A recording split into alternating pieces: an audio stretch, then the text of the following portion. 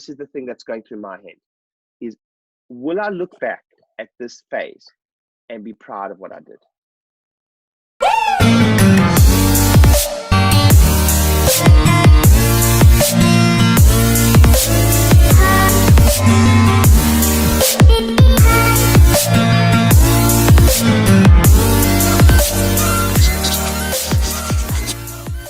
I enjoy working. I love what I do. It's not a burden for me. I am, I think, you're going to be able to relate to this, is that I'm kind of funny beasts, you know.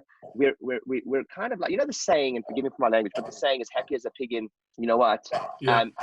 That's kind of an entrepreneur. If you take an entrepreneur, and it's like, I kind of like a crisis. I know it sounds a little bit sick if you want to kind of like us, but if you look at an entrepreneur, we're kind of happiest when we're in shit a little. And what I mean by shit is like, when we're creating, when we've got challenges to solve.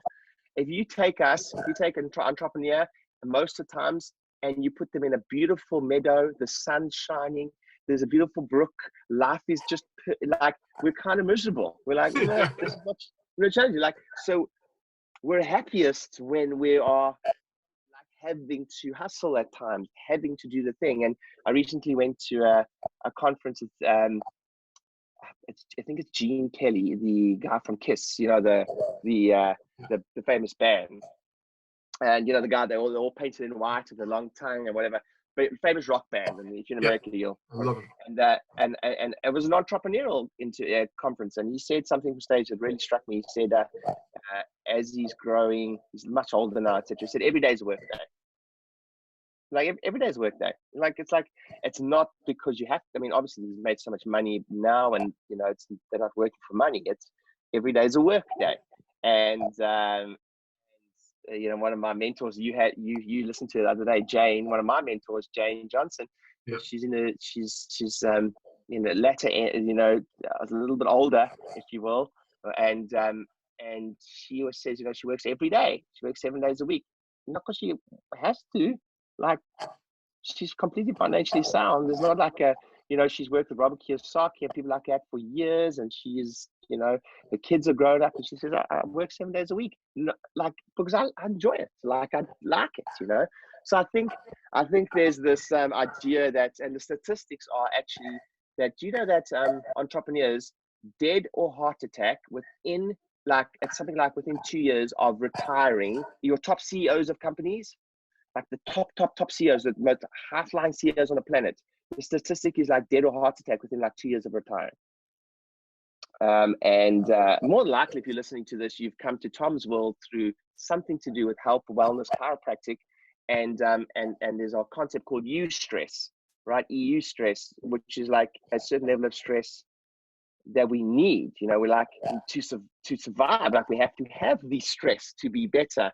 And the analogy is like, you know, a silkworm becoming a butterfly, whatever it is, or within a cocoon. If you take that cocoon and if you see it struggling to get out of that cocoon, it's like struggling. It's looking like it's struggling. It's like it's a battle to get out of that cocoon and eventually become butterfly. If you help that silkworm and cut the cocoon, and prevent the struggle, the earthworm dies and doesn't become a butterfly.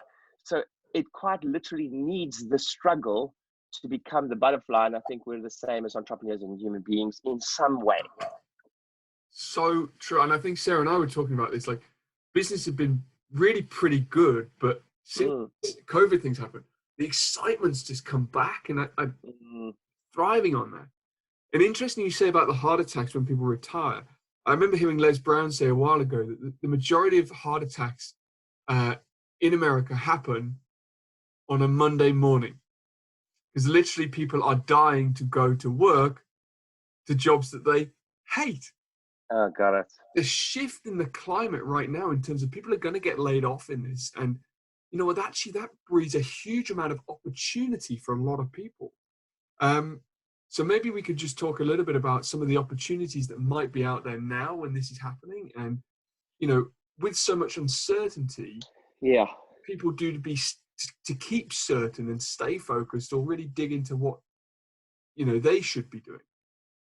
Cool. I think I'll probably take it a one step back from it, and you know, there's a phrase that you've heard me say it many times, Tom, and it's been said to me many times. But the problem is never the problem, and it's like, I know that what I'm going to say now even it may even rile a little bit of feathers, especially in the self-employed world. Is like, I see so many people crying now that are self-employed, crying, and it's like so unfair, and it's like, and I'm actually busy writing an article right now on it. I really want to get into the problem.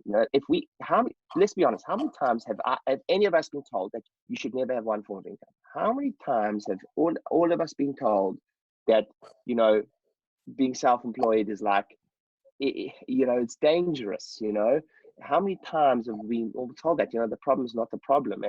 And we were just talking about this before the podcast is, great times breed complacently, and they, the saying is true, a rising tide raises all ships. And it's only when the tide goes out, and it always goes out. We've had many years now, since 2008, of basically a bull market, and the best of times. The lowest unemployment rate in the United Kingdom we've ever had in the history of mankind, just about. In the US, it's the same. Lowest unemployment we've ever had in the history of mankind. So that's great, but all things that go up must also come down, and everyone acts as if the shit is never going to hit the fan. And I think so. That's the first thing I'd say, is that the problem is not the problem. And I think actually we are definitely going into recession, but this is probably going to be a cheap lesson.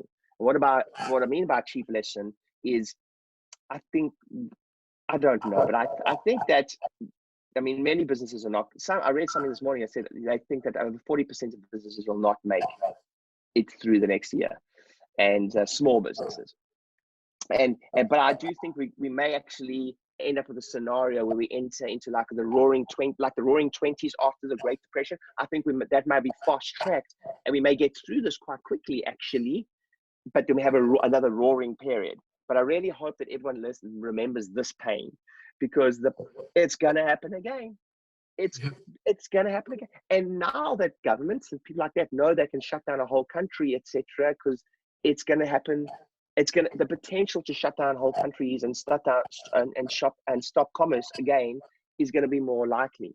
So if you're self-employed, like, listen to this from the perspective of, it's not that listen, I've had to close my 8 practices too, but I've got other forms of income coming in right now, and in a lot of ways my life doesn't change.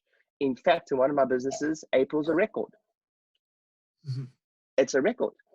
I will make more money in one of my businesses in April than the average salaries in most countries. Like, that's, from just one source, and then other sources coming in. So when I've been saying that for years, it hasn't been from a perspective of, yes, we make great money as self-employed people, etc. But remember, it's coming. Like, we always say, everyone looks like they've got swimming trunks on when the tide is up at the beach, but when the tide goes out, you see who's naked.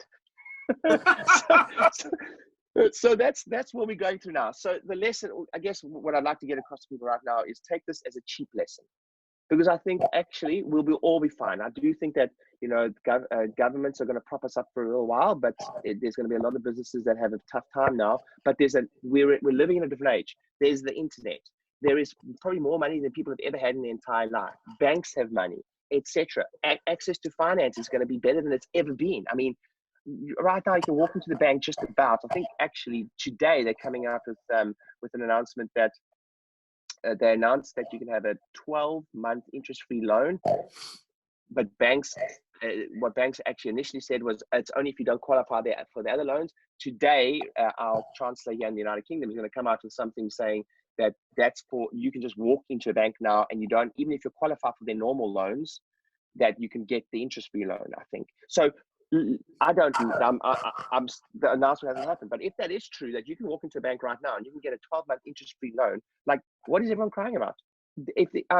There's so many opportunities. Access to funding is the best it's ever been. The precedence to do business online is the best it's ever been.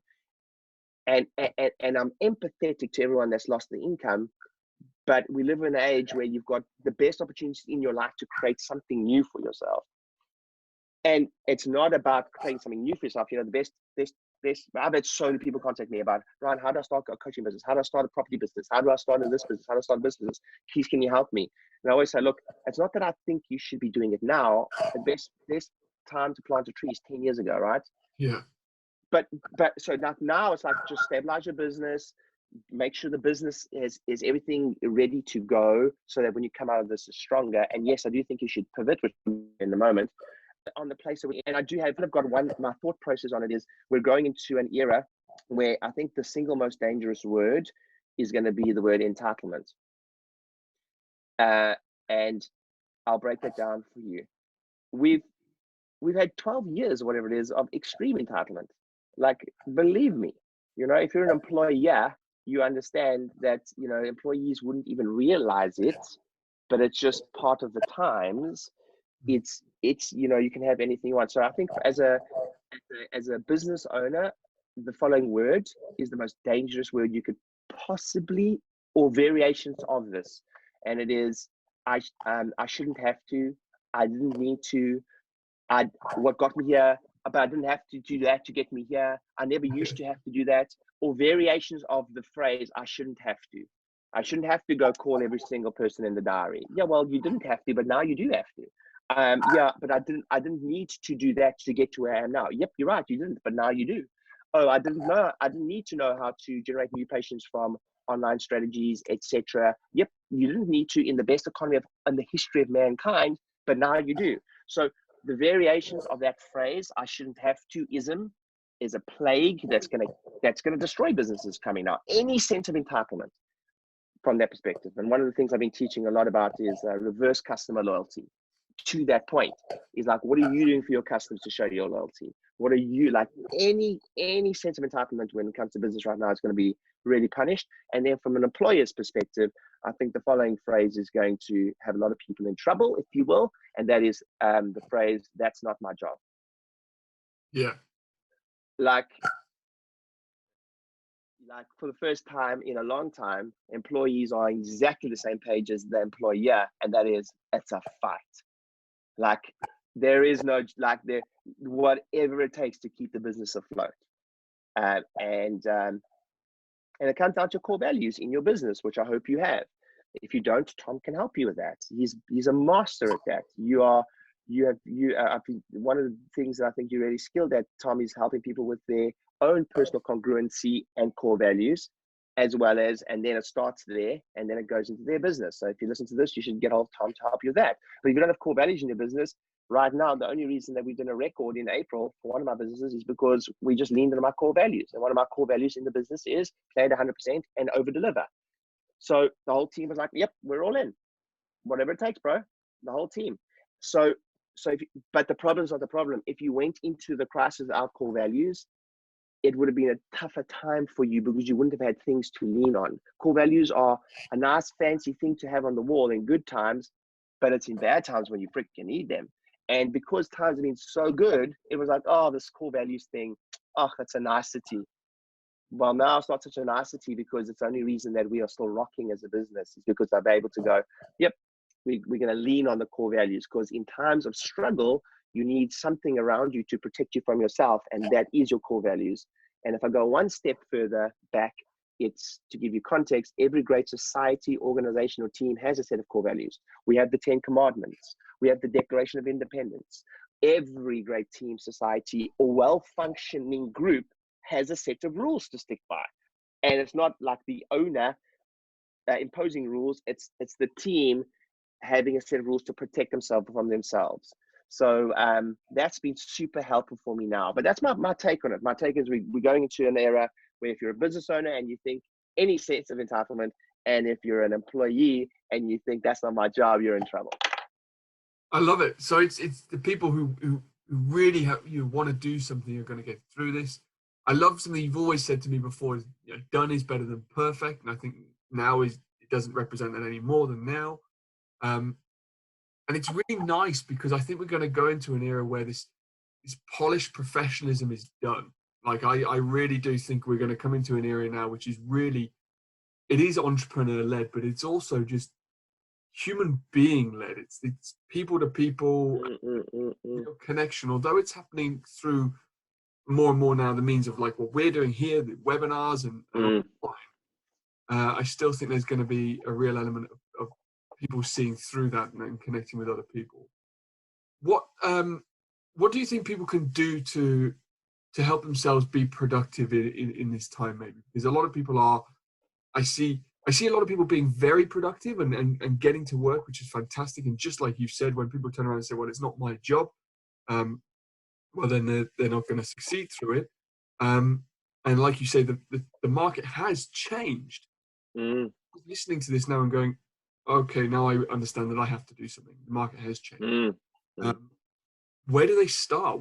What is in their control? What can they be doing to move towards creating something or sustaining whatever they're doing? Yeah, okay. The first thing is it's a kind of twofold thing. Number one is environment is stronger than willpower.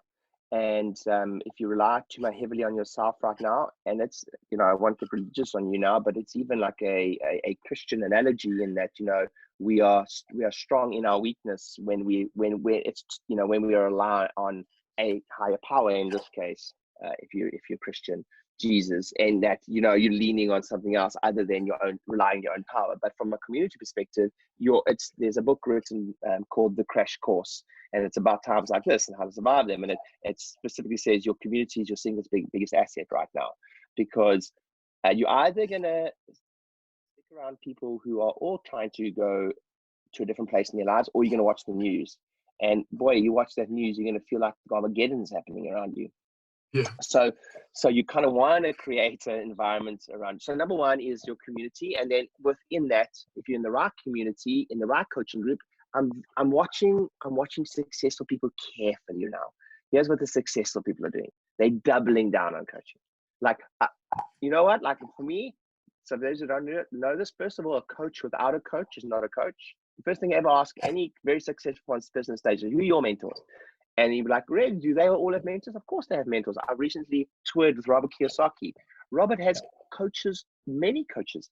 He spends like many thousands and thousands and thousands of dollars on coaching himself. And it might be emotional coaches, etc. So a coach without a coach is not a coach.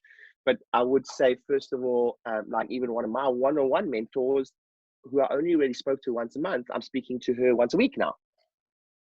Because environment, there's a couple of your immediate environment, and then there's like the world environment, and that's pretty strong force right now.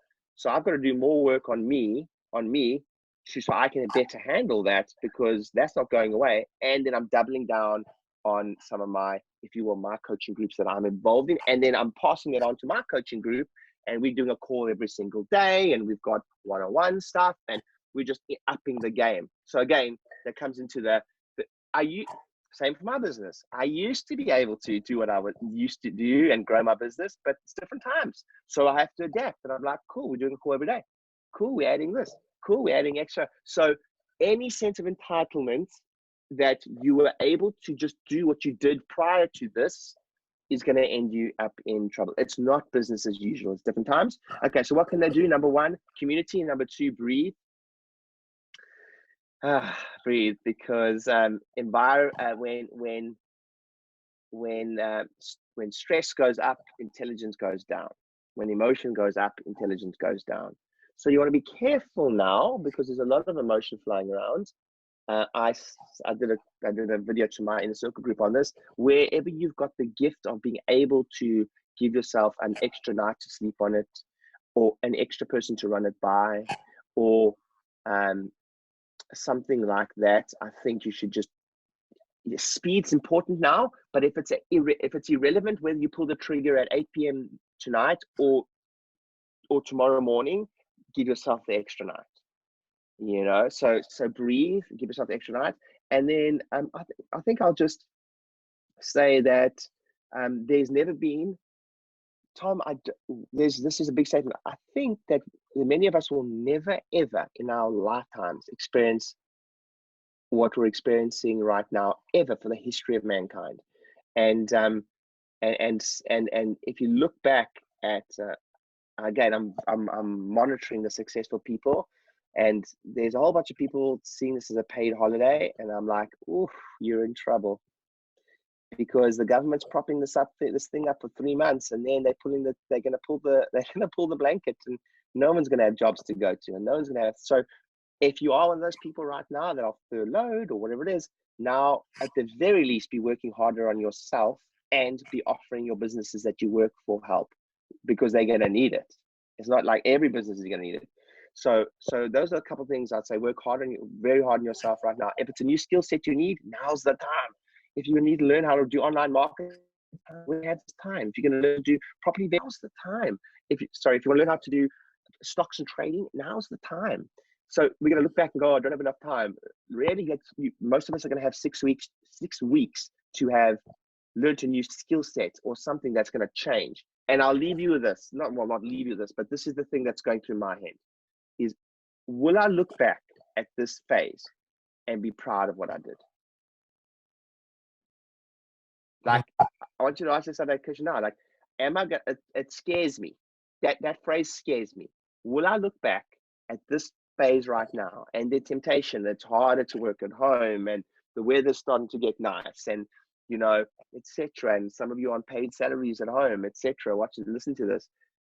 Will you look back at this brief moment in history, potentially the only time in the history of mankind, where you're going to have an unprecedented 4 weeks to learn a new skill, learn a new trade, go have done whatever, not do what the masses are doing, do the opposite of the masses, as in double down and give extra value?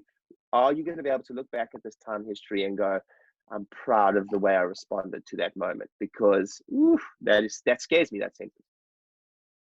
So true. Something I write every day is, today is not repeated tomorrow. And it's become so much more pertinent right now in this time, because we do have, as much as we do have the time to double down and work, I do have now the time to sit on the sofa for an hour with my wife and converse, which was actually rare time before. So it's nice to be able to have more time to do more stuff, but also more time to connect. Which is just superb. Right. It's interesting. I've realized that we go for a walk every day, my wife and I and 2 kids, and then we've been playing a game. What have we learned from this time that we really like? And one of the things I learned is that it's like, I can still be productive at home. That's one of my lessons. Another one is that we go for a walk every single day at about 3:30 now at the moment, and we're kind of having breakfast every day. And I had this sense that I needed to jump. I do work a lot from home, and I'm very free. I'm non-operational in most of my businesses, etc. So I'm very blessed. That's why I say my life hasn't changed much. But I still had this urge to feel like I had to get into the office, for instance, to connect. And there are other ways to connect with my team, and we're being so productive. So for me, it was like you just said, and like Nat and I, we haven't walked every single day for quite a while, and this is like, all of a sudden I've got the time. But for me specifically, I've got the same amount of time. It's just the perception of it now, and I don't have anywhere else to run away to, if you will, to think like I have to be there. So that was my lesson from it now, is like, actually, you know what, it was all bullshit. I was telling myself, I can go for a walk every day. I can do this, whatever. Yes, I'm still working my bum off. Don't believe me, like I'm working, probably be more productive in the last 2 weeks than I have in the last year. But you understand the processes. I like what you said there, is because it's really been a lesson in certain other areas too. Appreciate that. Ryan, you've been fantastic. I really, really appreciate the wisdom that you shared with our audience. I know they're going to get a lot from it. Can you tell them where they can currently get hold of you? Because I certainly give my accolades for you as a coach and a mentor, and you are in several different areas. So if you could just maybe tell people where they can get hold of you, and then we'll see. Yeah, cool. I have a YouTube channel. And they can subscribe to that. I'd really appreciate that. And then if you go to my website called dcpracticegrowth.com, and I've got quite a few free resources on there. I'd always say to everyone, just grab our free book.